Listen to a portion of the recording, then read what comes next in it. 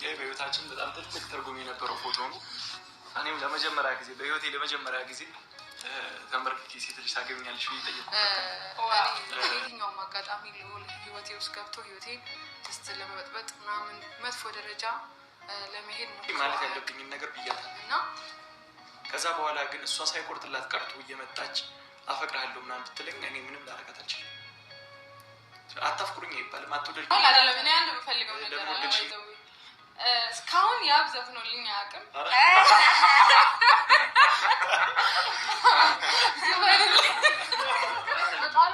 ከፎቶቹ በላይ ያኔ እኮ ቀለበት አውሮሽ ወረሽ ጥለሻል አይደል እንዴ? ስንት ነገር የሶስት ስጦታ ስለሆነ ነው የኔ ጉዳይ የኔ ኑሮ ካሁን በኋላ ያሳለፍኩት ህይወት ብዙ ነው ልንገርሽ እንዳየኋቸው ሁሉ አንቺ ትለያለሽ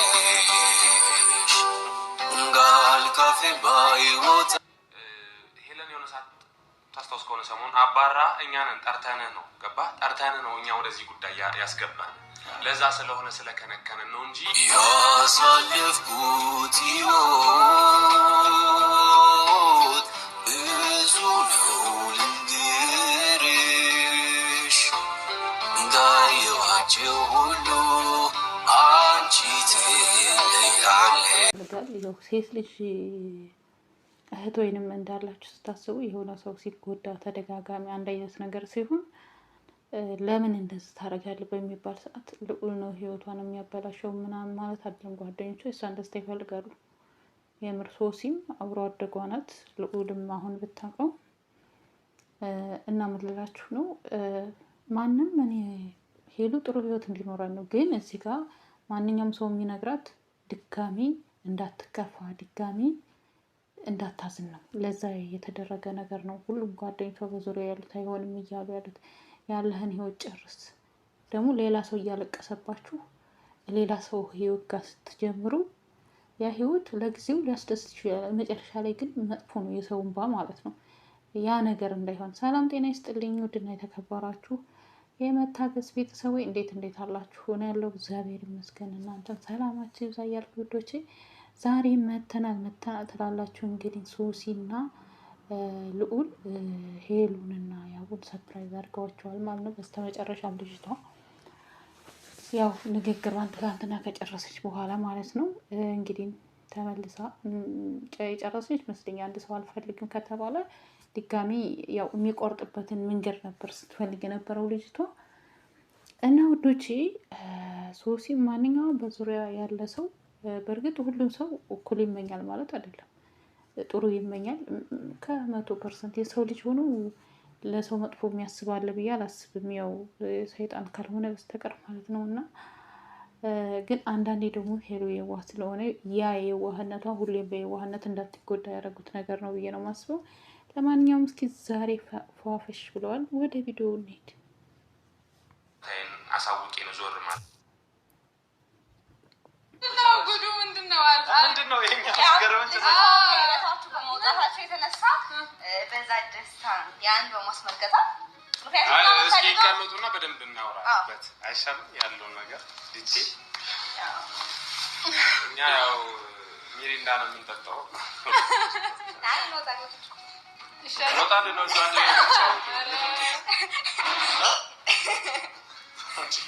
ምን አስባችሁ? እሺ እንዴት ናችሁ? የት እየዞራችሁ ነው? ምን ማንዞረው ቦታ አለ ብለህ ነው? ይሻላል። አሁንማ አልበቃን አለ እኮ ከተማው ራሱ አዲስ አበባ ተጠቅማችሁ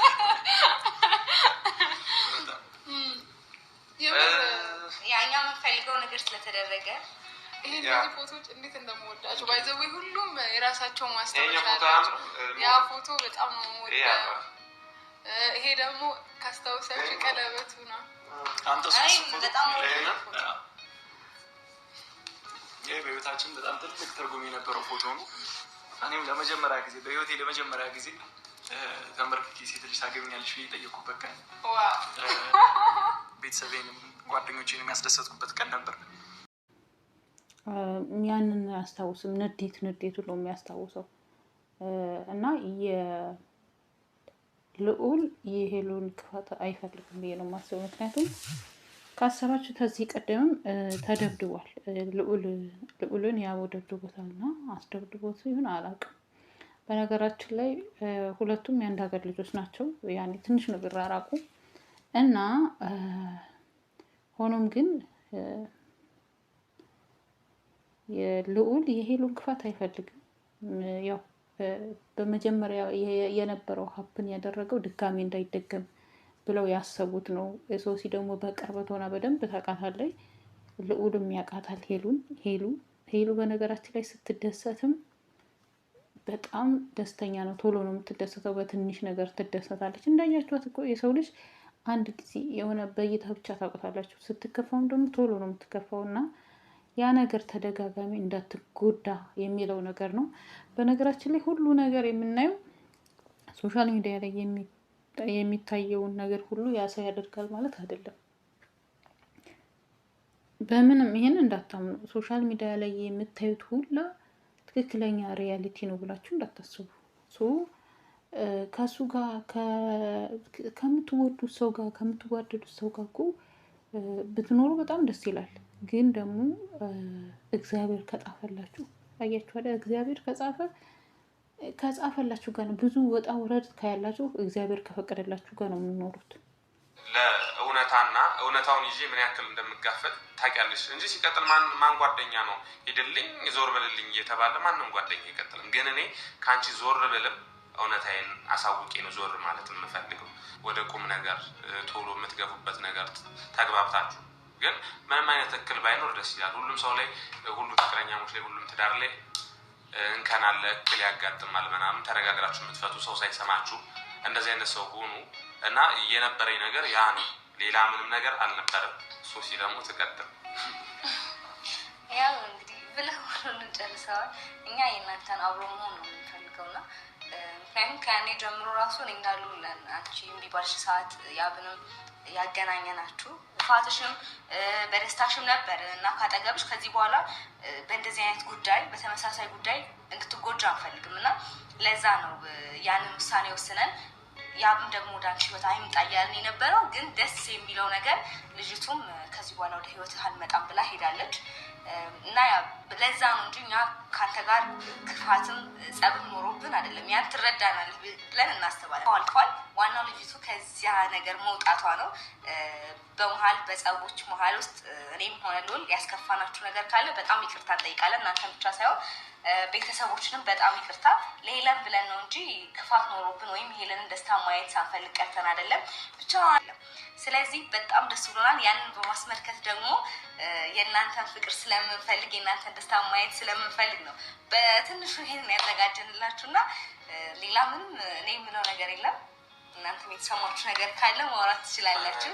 ዛሬ ተረጋግተን እንደዚህ እናወራ ጥሩ ነው። እሺ፣ ቆንጆ ንግግር ነው ያደረጋችሁት ሁለታችሁ። እኛም በጣም እናመሰግናለን፣ በጣም እናከብራችኋለን።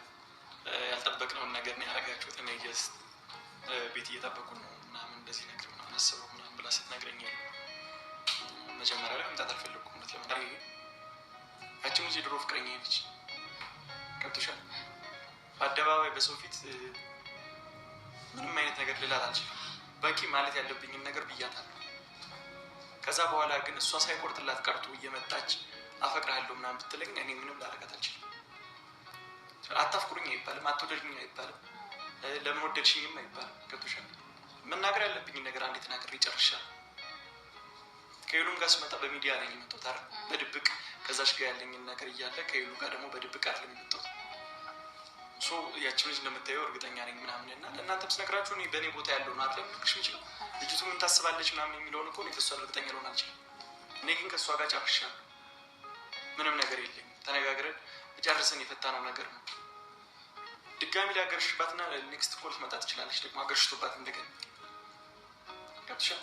ያኔ እናንተ መጣችሁ እቺ ልጅ ተመልሳ መጣለች ያብና ሉል አቁሙ ልትሉ እናትችሉ ሄሉ አቁሙ ልትሉ እናትችሉ ከዛ እንግል ነው አንድ እዚህ ጋር አቋ በዚህ መሰረት ማንም ሰው አቁሙ ሊላችሁ አይችልም። ራሳችሁ ወዳችሁ ፈቅዳችሁ ይሄ ነገር በቃም ብላችሁ ራሳችሁ ስታቆሙ ነው የሚቆመው። ግን ደግሞ ጓደኞቿ የእሷን ክፋት አስበው ሳይሆን የእሷ ተመልሶ እንዳትጎዳ ነው። ግን ደግሞ በህይወት መካከል ስኖሩ ሶስተኛ፣ ሁለተኛ ሰው፣ አራተኛ ሰው አስፈላጊ አይደለም። ያው ሁለቱ ተነጋግረው ቢፈቱ እንደውም ከሶሻል ሚዲያ ራቅ ብሎ ቢፈቱ ነገሩ በጣም ደስ ይላል። የሆነ ግጭት ሲኖር ወደዚህ ከሚያመጡት ያኔ ያው ታውቃላችሁ አሁን ላይ ያባብሳል። ግን ደግሞ እኔ እንደዛ ስል የነበረው የሄሉና የያቡን አብሮነት መሆን ጠንቼ ሳይሆን ሄሉን አይታችኋታል። በተደጋጋሚ ዩቱብ ላይ የራሱ እየጠፋች በስንት መከራ ነው እየመጣች የምትመጣው ማለት ነው። በጣም ብዙ ጊዜ ቆይታ ማለት ነው። ከዛ የተነሳ ነው እና ምልላችሁ ነው ጓደኞቿ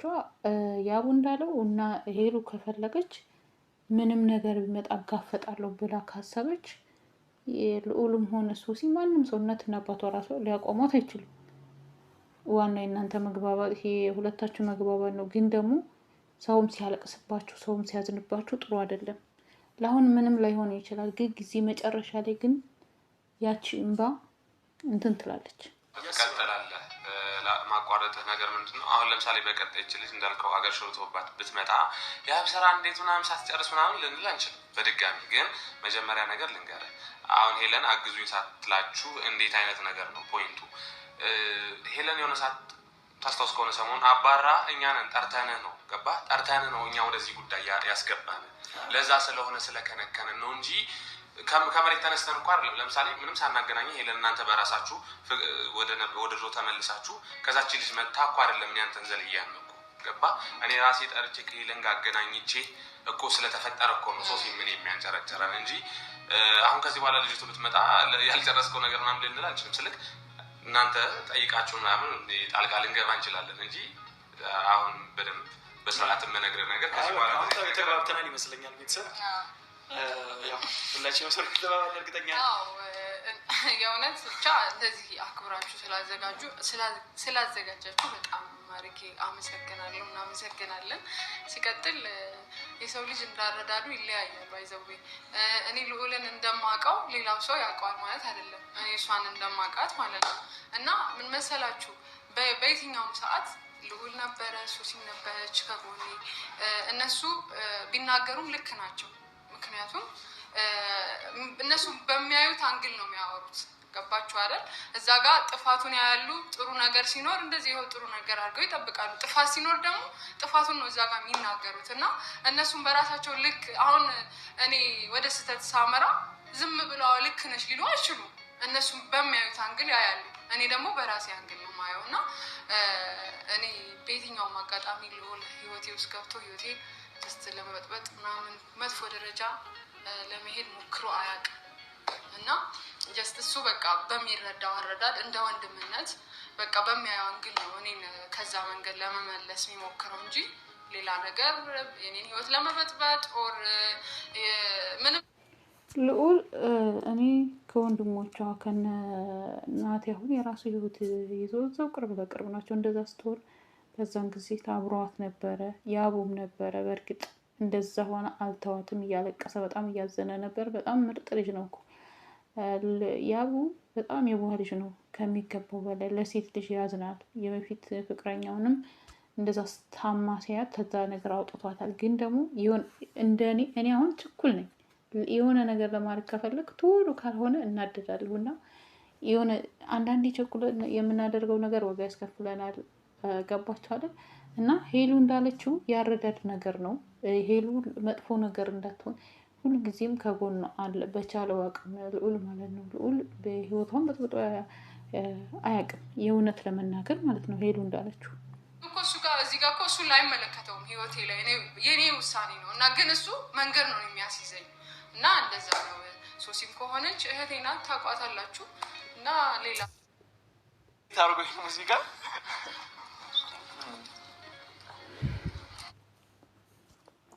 እና ውዶቼ አብሮ በመሆናቸው እንግዲህ መታ ድጋሚ ሀገር ሽቶባ ካልመጣች ምናምን እያለ ነው ያቡ ማለት ነው። ለማንኛውም ግን አንዴ ሴት ልጅ ከቆረጠች እስከሚቆርጥላት ነው እንጂ ከቆረጠች በኋላ ያን ሰው እንትን ብላ አታይ። ምክንያቱም እሷም የራሱ ህይወት የኖረ እግዚአብሔር የጻፈላት ያስቀመጠላት ነው። ዋናው እናንተ ተስማምታችሁ በቃ ጥሩ ህይወት ወደ ትዳር ቶሎ ገብታችሁ የራሳችሁ ህይወት ኖሯችሁ ወደ ትዳር ብትገቡ በጣም ደስ ይለናል። እኔ ሄሉ ደስ ያስደስተኛል። በተለይ ማዘሯ እና ፋዘሯ በጣም ይጓጓሉ ማለት አንድ ሴት ልጅ እንደመሆኗ መጠን ማለት ነው። እና የማንኛውም እናት ልጇ አግብታ ወግ ማድረግ ማየት የምትጓጓው ማንኛውም እናት ነው እና ለቤተሰቦቿ ያላት ፍቅር ከዛ አንጻር ጓደኞቿም ከጥሩ አስተሳሰብ እሷ እንዳታለቅስ እሷ እንዳትጎዳ ከዛ አንጻር ነው ብዬ ነው የማስበው። ውድ ቤተሰቦቼ የዛሬው ቪዲዮ ይሄን ይመስላል። የሰው ልጅ ጅማሮ ሳይሆን ፍጻሜያቸውን ያሳምርላቸው። ወልደው ከብደው እናያቸው ነው የምለው። ማንም ሰው ቢሆን የሰውን ደስታ ነው የሚመኘው ብዬ ነው የማስበው፣ ሰው የሆነ ሰው ማለት ነው።